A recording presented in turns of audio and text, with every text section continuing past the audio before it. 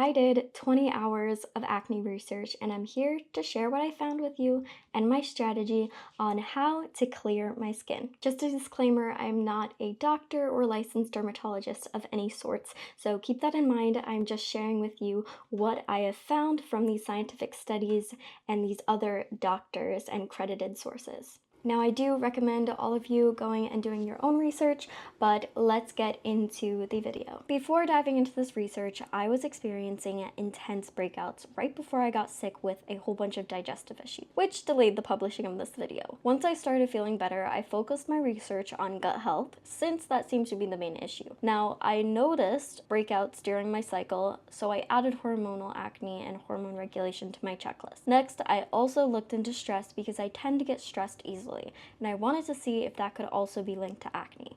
Lastly, I examined my gallbladder and liver as I kept waking up during the night at times related to these organs. You can see this on the body organ clock. This formed the basis of my hypothesis, and after hours of research, I'm now ready to share my findings with you. Let's start with the skin anatomy. When it comes to skin anatomy, we have something called the sebaceous gland, and those are just our oil glands in fancy terms, and they're all over our bodies except our palms and the tops of our feet and the soles of our feet. And the most concentrated place with these oil glands are our face and our scalp. Now, you might think, what are even the purpose of oil glands and why do we produce oil?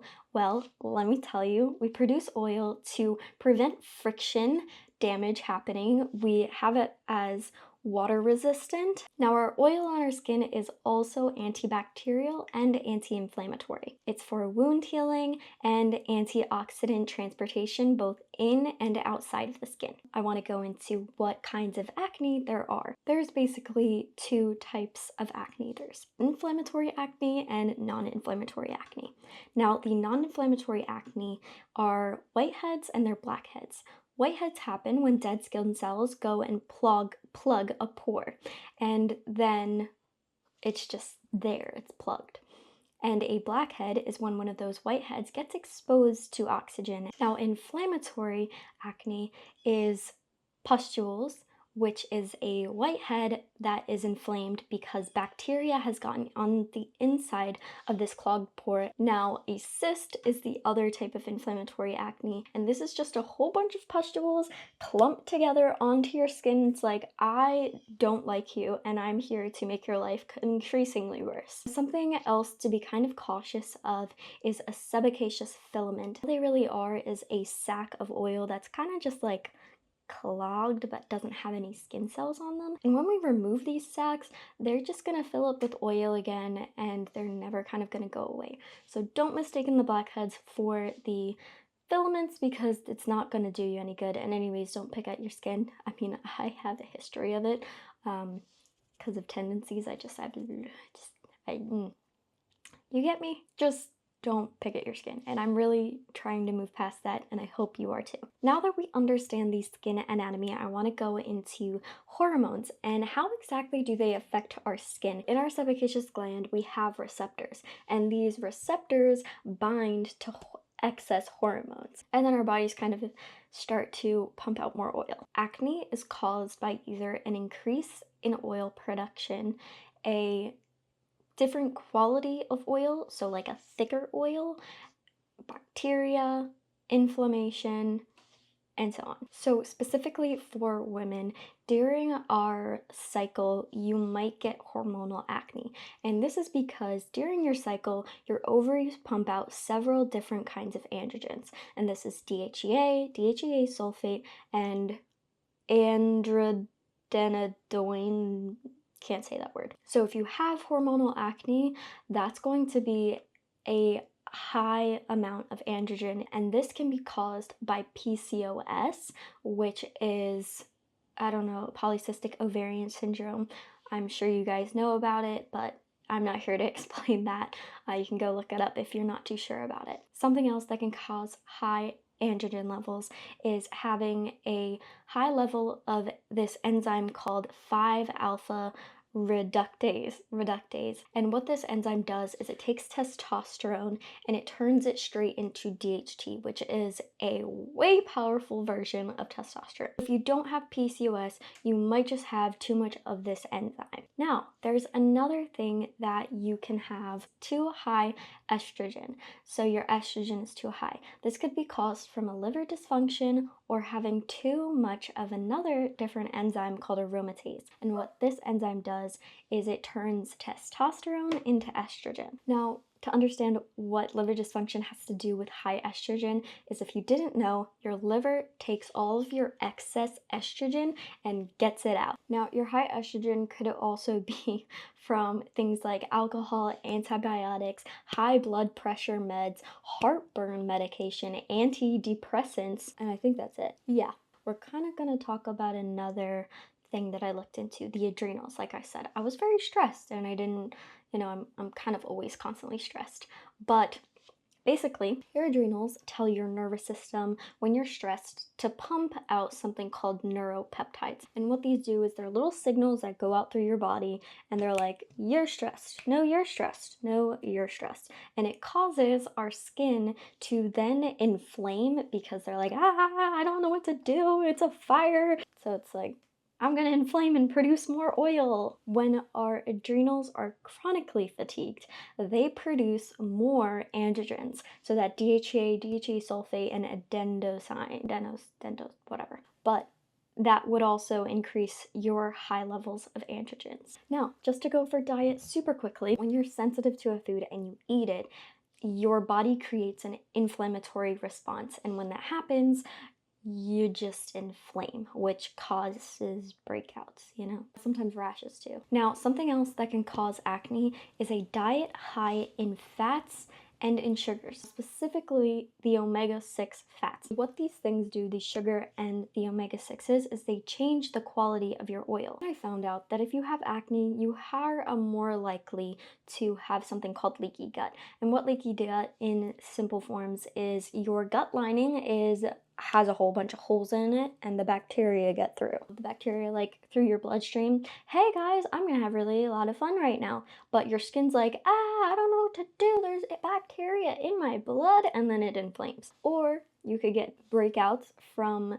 leaky gut from also another way of just your body trying to detox those toxins, and our body detoxes through our skin a lot of the times. The last thing before we get into kind of my conclusion on my diagnosis that I've given myself is something called SIBO. So if you have leaky gut, you are 10 times more likely to have SIBO. And what SIBO is it's called small intestinal bacterial overgrowth.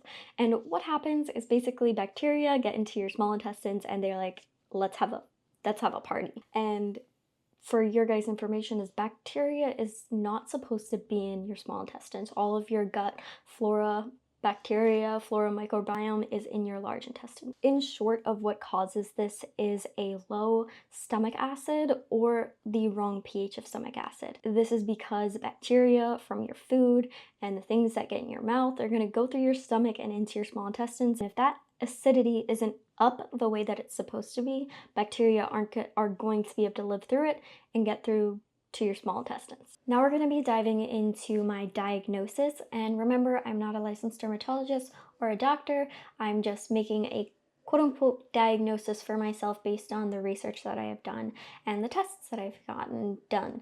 So take this all with a grain of salt. You should not be self-diagnosing yourself, blah, blah, blah, blah, the basics, you guys get it. So I am wearing a different shirt in this part of the video, and that is because the other footage I filmed about 2 weeks ago, and I've been taking my time editing this video and making sure that I have all of these illustrations drawn for you guys to kind of explain things well. But it's a good thing that I've been taking my time because I've come to a lot of more information about this whole acne situation, skin, health, everything, and I want to share it with you guys. I'm gonna have to go in more depth about genetics, yes, genetics and everything like that, because that's the information that I found, because it's super confusing and like, what? Okay, well that explains everything kind of situation.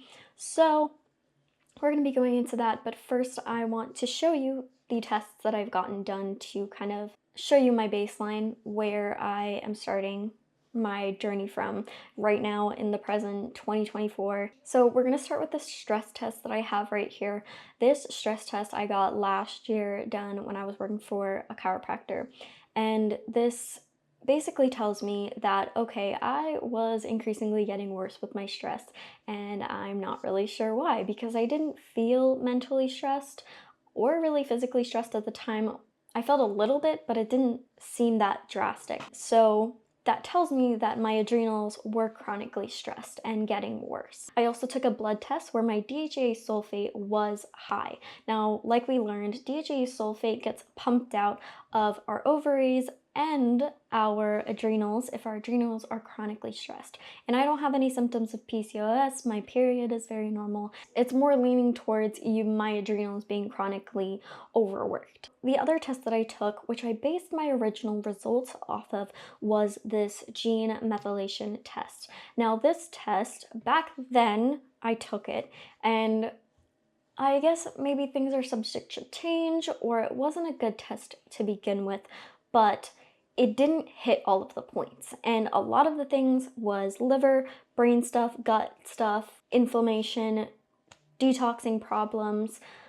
It just kept on going on. But there was only 5 genes originally on that methylation test. Now, I just recently came to a website, it's completely free, and all you do is you plug in your ancestry.com results into the website, and it gives you your detoxification and methylation pathway genetics, all about that. It shows you all of that stuff, and I was like, well, it's free, let me just see if it matches up. What I found from the new results that I plugged in, I have 8 genetics that I have to be aware of in this methylation process. And what methylation means, to keep it simple, the methylation cycle is a universal metabolic pathway providing methyl groups for the methylation of nucleic acids and proteins, which means things that modify our DNA and things that also help with our cell function. So we're looking at a cellular level here with function in our bodies. And how this relates to acne, and I wasn't sure of that really until a couple weeks ago when I looked into it more. So let me just read this little blurb here to explain what the methylation process has to do with our skin. So methylation is a process where a small chemical group called the methyl group is added to DNA, proteins, and other molecules. In the skin, methylation affects how genes are turned on or off, which can influence skin health in several ways. 1, skin cell renewal, 2, collagen production, 3, inflammation, and 4, DNA protection. So it really does connect to our skin and what's going on with that, especially with the inflammation. Now, all of these genes are gonna be affecting my skin. Looking at this and coming to this information, I'm like, oh, okay. So I have to look at my genes more intensely than I thought I did. The more that I look into this, it's kind of just explaining to me that, okay, a lot of these genes have to do with my liver, my brain, my stress. It's all there, and it's the root cause of everything that I'm going through, and I'm really happy to have found the results. But now I want to talk to you about what I'm kind of going to do with that and how I'm going to start my healing process, because we get the information, but how do we go from the information to the healing? Real quickly, because I do want to wrap up the video pretty quickly, so I have made this health planner, healing planner for you guys down below. It's completely free, it's on Notion, but it's kind of like just a little guide tracker to help you guys kind of organize everything that you have found and researched. So the guide, if you drop this little if you drop this down, you can see that like acne/health plan. And I'll go into that in just a second, but I also want to show you guys this little calendar. So you can do like press plus and you can like name the day, kind of like this. You click on it and it's the health plan day number blank, and then you note your energy level, your mood, and if you took supplements and some notes. You can change that if you're not taking supplements, but whatever. You can go into here and like, let's say my mood and my energy were like this, and supplements, taking, you can see that. Just this little chart of, so that you can see when you've been consistent. You can also look on here. This used to be here, but I guess it's not anymore. You used to be able to look at it with just like one chart, but apparently not. So if you guys have the premium version of Notion, you can see that, but if not, no big deal. So now, if we go into this little acne/health plan, I put a little quote: "Your skin is a reflection of your health and well-being. Nurture it with love and care," and that is very true. So what I have here, and you guys can see in the little Notion template, you can change out everything: DNA, possible deficiencies, food. You can change it all and do it for what you need and what you're researching. So I have all of my little genes right here that I have put onto this, and like these little parentheses ones is kind of like the actual gene. In my DNA text, like my raw data, that's where it is. So I have a list of deficiencies, and you guys can look into this little section on the Notion template. Like this is kind of like an example on the template. So if you really want to, if you're curious about my little thing I have here, you can look on it there. I don't want to explain everything, but for example, like my deficiencies, why they might occur, signs of deficiencies and the connection between it. And then I also have my food and my diet, so kind of like helpful foods to eat and things I want to avoid, with all of like the categories of food. And then I have, this is the main thing, I have my comprehensive plan summary, and these are my core supplements that I'm going to be taking, and I already have started taking, but I'm changed it up a little bit because of the new information that I've come to. So I have the methylated B complex on here. I have the NAC, the omega-3, magnesium glycinate, vitamin B, vitamin D3 and K2, molybdenum, I can't say the word, but, and then DIM. And you guys can kind of pause the video and read what it supports and why I'm taking it. And then I also have this other section of optional add-ons for extra support. I have zinc, manganese, milk thistle, curcumin, and glutathione. And you guys can pause the video again and read it. I don't want to be taking tons of supplements, so I'm trying to stick with those kind of 7 supplements that I'm going to be taking. So then I kind of just have like a week by week plan, and I have been taking this already. I am actually up to week 3 already on this cod liver, on this timeline plan. I'm on week 3, so it's just the supplements I'm going to be taking and what to, like, things to look for. So I've been doing that. Since you guys made it to the end of the video, I just wanted to say thank you so much for sticking around and hearing out kind of what I've been learning. And I just want to really encourage you to do your own research, because the things that you can find about your health and the things that connect is crazy and incredible. And something that I really wish modern day medicine did was kind of connect everything, because what I've seen is I've gone to a lot of doctors. I've gone to a neurologist, I've gone to an endocrinologist, I've gone to an regular doctor, and it's they're trying to look for like what organ is causing what thing, but something that they don't really look at a lot of majority of the time, at least your normal family doctor is not going to look at, is, okay, your genetics, and that's going to kind of cause things to happen and not to be good sometimes, and to see how every kind of piece of our organs and our body is connected. And that's kind of what I'm doing for myself now, and I encourage you to do the same. Like, really understand your body, figure out how it works. So why do things happen in our bodies? Why do they not happen in our bodies? It's a incredible process to kind of go through, and I'm here on the internet to, at least right now, I mean, that's kind of what I'm going to be posting about in the meantime, but I'm here to kind of make it easier for you guys. If you guys have any questions that you want me to answer, shoot them down below in the comment section or join my Discord server and we can chat there if the question's a little bit more in depth. If you have any concepts you want me to cover in a video or you want me to research for you guys, I can do that. So leave a comment down below and I will get to all of them. So it's definitely something I enjoy, is researching. So if you don't enjoy it, I'll do it for you.